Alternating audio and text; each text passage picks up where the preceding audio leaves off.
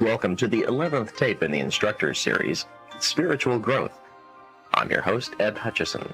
Thanks for joining me. This tape is not meant to be intellectually studied and analyzed. It is literally meant to be metabolized and experienced in the consciousness. These are ancient teachings delivered through the method of storytelling.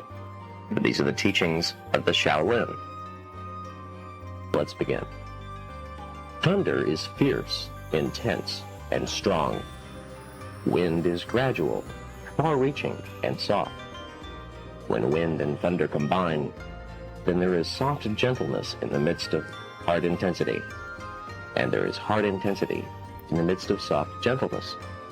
Hardness and softness complement each other. When observing this, the balance and harmonization of hardness and softness, when people practice to develop the Tao together, dealing with events and society, they are always hard, they will be impetuous and aggressive, excessively impatient, so their actions will lack perseverance, and their keenness will be blunted. Then again, if people are always soft, they will vacillate, be fearful and ineffective, and be too weak to succeed in their tasks. That softness is uselessness. If people can be firm in decision and flexible in gradual practice, neither hurrying nor lagging, neither aggressive nor weak, with hardness and softness balancing each other, achieving balance and harmony, then they will benefit wherever they go. If they understand the way, eventually they will surely understand the Tao. If they practice in this way, eventually they will realize the way. The sage says, balance is the mainstay of the world. Harmony is the way the world arrives on its path. Achieving balance and harmony, heaven and earth are in their places therein. Myriad beings grow up therein. Such is the importance of balance and harmony. Spring, summer, autumn, winter. These are 4 seasons. In spring, things sprout. In summer, things grow. In autumn, things are harvested. In winter, things are stored. Each has its turn, then passes on when the cycle is completed. When completed, it begins again, so that the 4 seasons are linked together in continuum. When realizing this, observe this is the way of mutual causation of subtraction and addition. By subtraction, here is meant the subtraction of excess in strength and volatility. Addition is the addition to fill the lack caused by pliability and weakness. Being strong without letting strength go too far. Being flexible without becoming ineffective. Strength is joined to flexibility, and flexibility is applied with strength. Strength and flexibility match each other, yin and yang. By adapting, indirectness and directness work parallel to one another. One then merges with the other in the order of the 4 seasons. Changing freely, there is a heaven and earth in one's own body, a creation in one's own mind. Yet one is not constrained by heaven, earth, or creation. The moon is originally pure yin, without yang. It only gives off light after borrowing the sun's rays.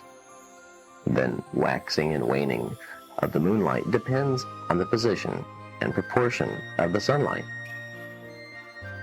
When this is realized, one observes the way of borrowing yang to transmute yin. The human body is originally pure yin without yang. It must borrow the yang of other to become yang. Other means everything other than oneself. Sky, earth, sun, moon. The so-called yang of other is the open, unified energy which is the underlying human being, the undying human being. This energy is innate, but as it mixes with acquired conditioning, it gradually gets scattered among the sky and earth, sun and moon. It is not one's own anymore, belonging to other. If you know this energy is in other, and gradually return it to self, restoring the existence of the non-existent, regaining what had been lost, that is like the moon shining by borrowing the light of the sun. This is the celestial mechanism of taking over creation and reversing yin and yang. When one takes a mirror and allows the reflection of the sunlight to deflect from it in a focused manner, one creates a fire-making mirror. The mirror takes fire from the sun, even from an immense distance. A water-collecting mirror takes water from the moon's rays, even at a vast distance. This is because the energies of the fire and water mirrors are the same kind as those of the sun and moon. When this is realized, one observes the way of absorbing yin and yang. The yin and yang in the human being are originally combined into one energy. It is because of mixture with time and conditioning that yin and yang separate. Once yin and yang have separated, the energy of life decreases day by day, and the energy of death increases day by day. As the energy of life decreases more and more, while the energy of death increases more and more, in the end, there is only death. If you know how to turn the light of awareness around to look within, using the artificial to cultivate the real, then in a moment, yin and yang will merge and combine, spontaneously and effortlessly. If you realize this, it is near at hand. If not, it is far away. It is simply a matter of being willing to do it. In science, when quicksilver is exposed to fire, it flies off.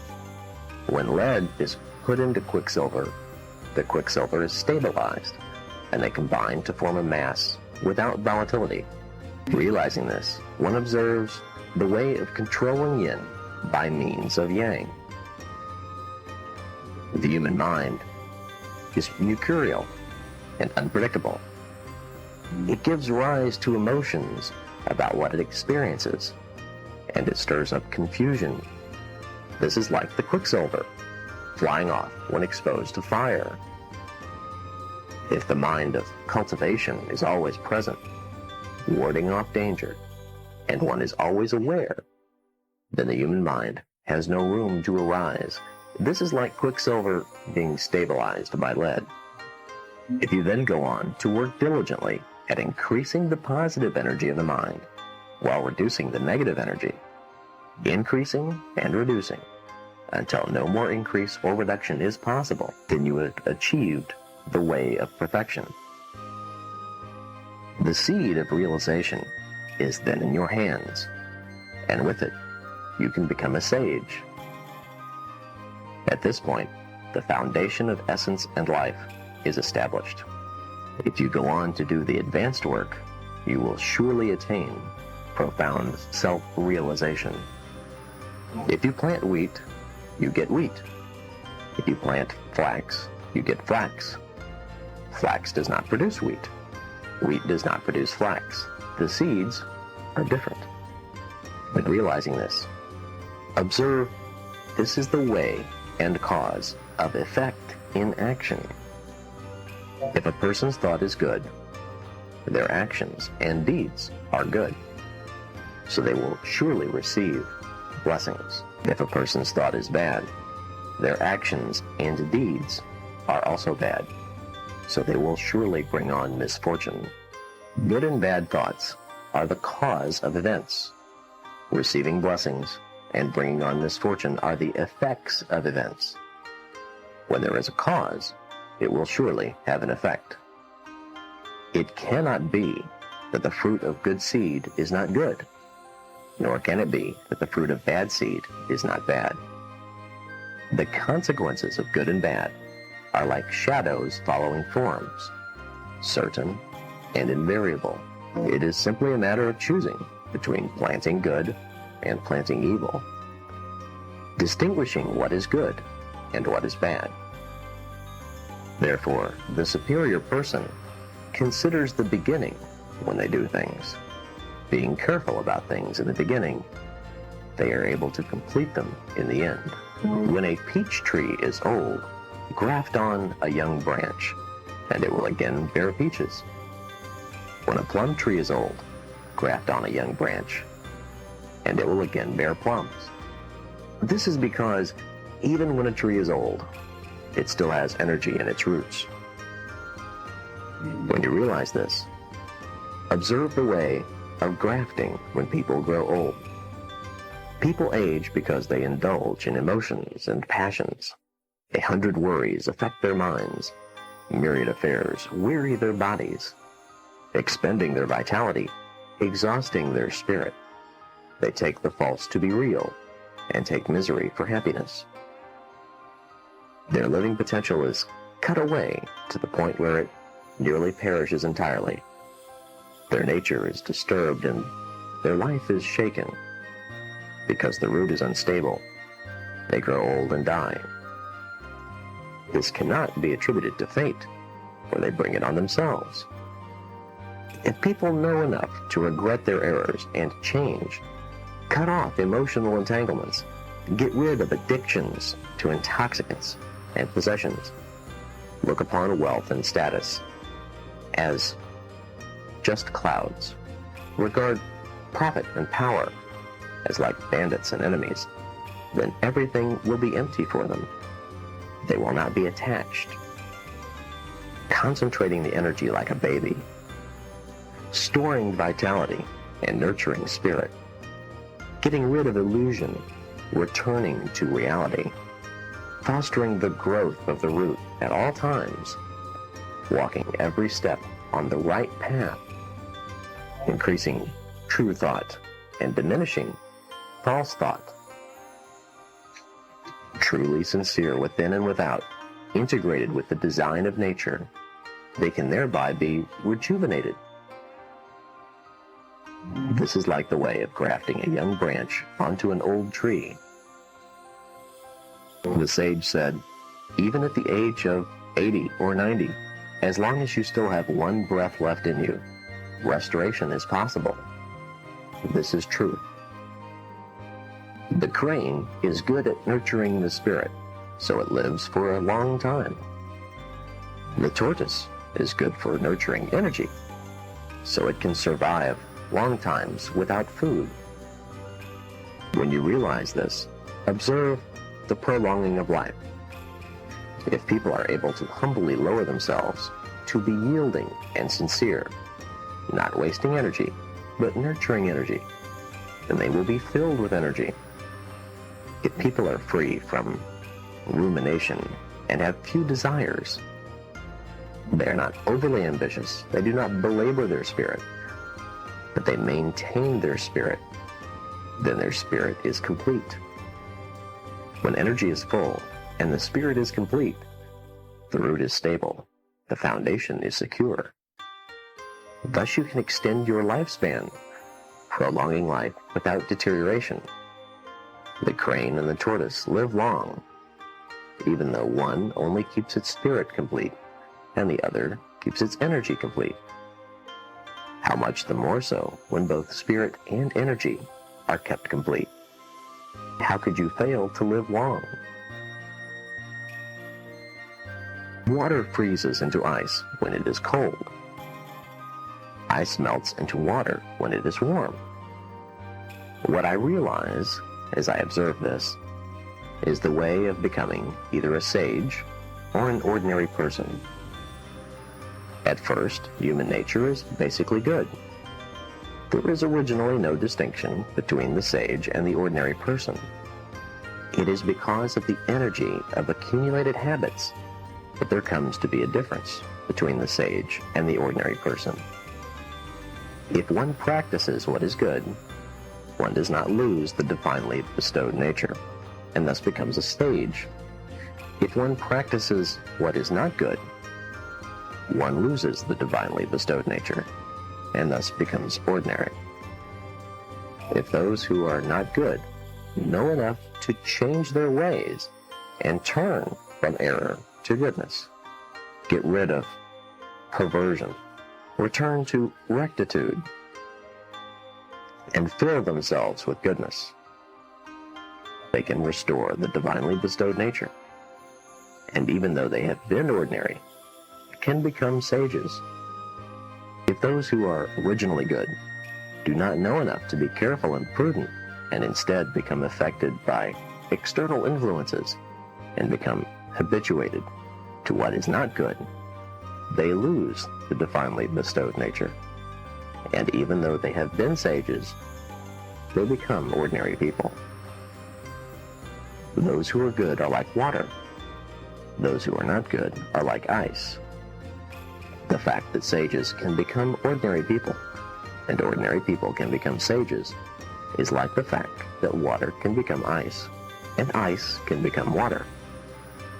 Therefore, the path of great learning lies in the clarification of the quality of enlightenment, and in resting in the ultimate good. When the roots of a tree are deep, its leaves naturally flourish. When the source of a stream is abundant, its flow naturally extends far. This is the way it is with that which has a basis. Realizing this, one observes the way of preserving and maintaining the fundamental. Original energy and original spirit of human beings are the wellspring of essence and life. When the original vitality is undiminished, the body is complete. When the original energy is undamaged, life is secure. When the original spirit is unobscured, the essence is clear. When the body is whole, life is secure, and the essence is clear. When the myriad things cannot move you, creation cannot constrain you, your nature and destiny are up to you. This is like leaves flourishing when the roots of the tree are deep, and the flow of the stream extending far when its source is abundant. When the basis is established, the way develops. The living potential is ever present and never ceases. Most people, however, do not know enough to preserve and maintain the fundamental. Instead, they act out on the outgrowths, imagining falsely that they will thereby attain the way. This is like looking for a fish in a tree. It will turn out to be in vain. The heart of the pine is solid. The joints of bamboo are hard. Therefore, they do not wither in the cold of winter, but continue to flourish even through snow and frost. Realizing this, one observes the way of establishing life through cultivation and discipline. If people can avoid what is shameful, be serious, sincere, and impartial, then their hearts will be solid. When the heart is solid, one cannot be corrupted by wealth or status. One cannot be moved by poverty. One cannot be suppressed by authority or force. Dealing with events fearlessly, undisturbed by difficulty, the fortunes or misfortunes one may encounter are up to others, while the creation of life is up to oneself. If people can cultivate themselves and control their affairs, resting in the proper place, standing firm and unmoving, they will be regulated and strong. Being strong, they do not act in any way that is improper. They do not dwell on anything but the path. They do not do anything unjust. Accepting the bitter along with the sweet, able to lead and able to follow, accepting both life and death, always responsive, yet always tranquil, not moved by things, firm of heart, and strong in discipline. One can thereby handle ease. One can thereby handle danger. One can thereby act. One can thereby rest. One can change adaptively without hindrance, unfixed to set patterns, uninhibited in any way. When wood is exposed for a long time, it rots. But if it is fired into charcoal, it will never rot. Water and earth combine to make clay, which dissolves in the rain. Fire it into brick, and it will last indefinitely. Realizing this, one observes the way of firing to cultivate reality. The reason people are unable to attain the way is because they have not yet been fired in the furnace of creation.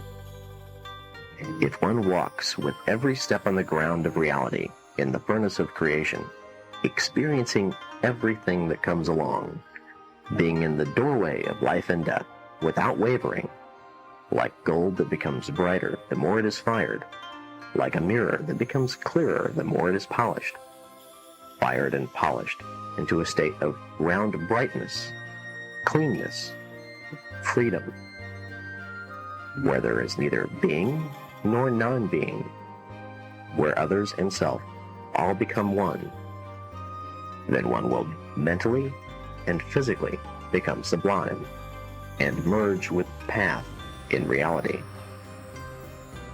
This is like wood and clay, passing through fire to become charcoal and brick, never to decay. Water is cool, fire is hot. When fire rises and water descends, water and fire are in different places and cannot offset each other. If water rises and fire descends, then that which is hot does not flame, and that which is cold becomes warm. Realizing this, one observes the path of separation and joining of yin and yang. The yang energy in people is firm. Firmness without restraint turns to aggressiveness, like fire rising. Yin energy is flexible.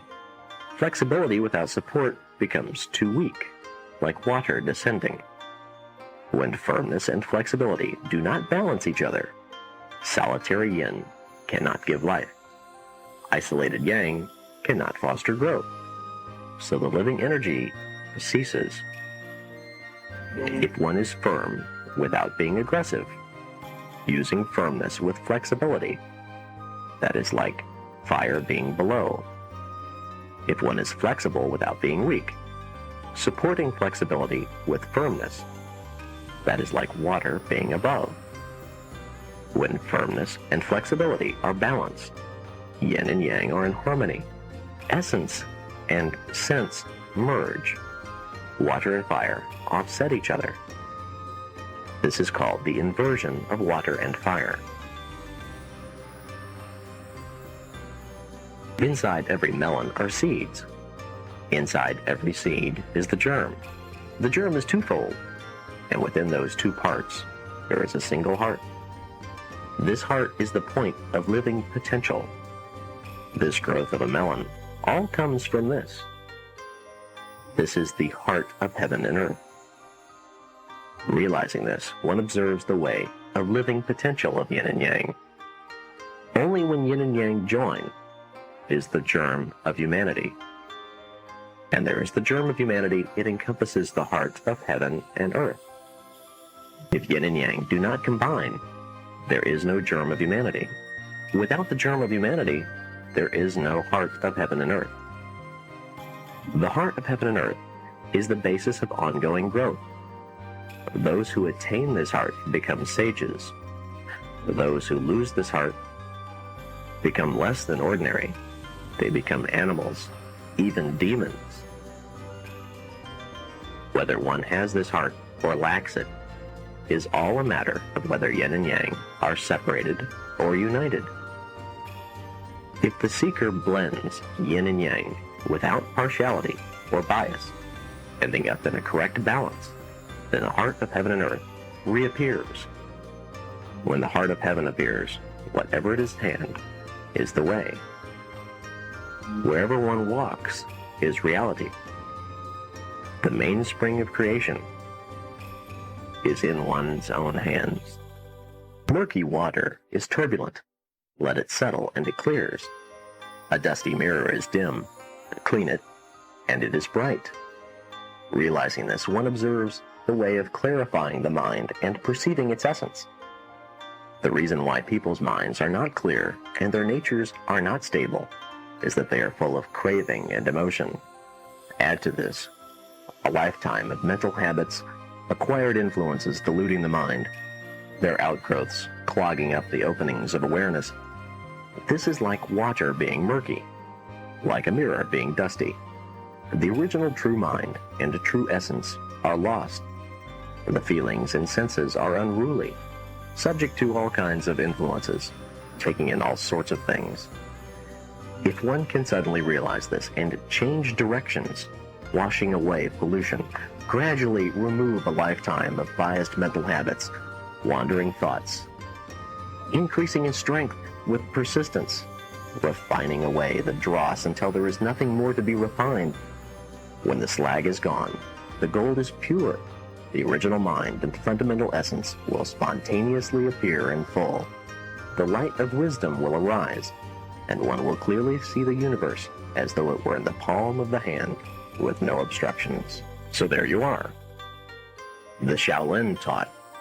These contemplations were the stepping stones to spiritual awareness. Once again, you don't need to consciously cultivate the mood of these attributes and lessons. You only need to be exposed to them. You may write these down and read them from time to time, or just listen to this tape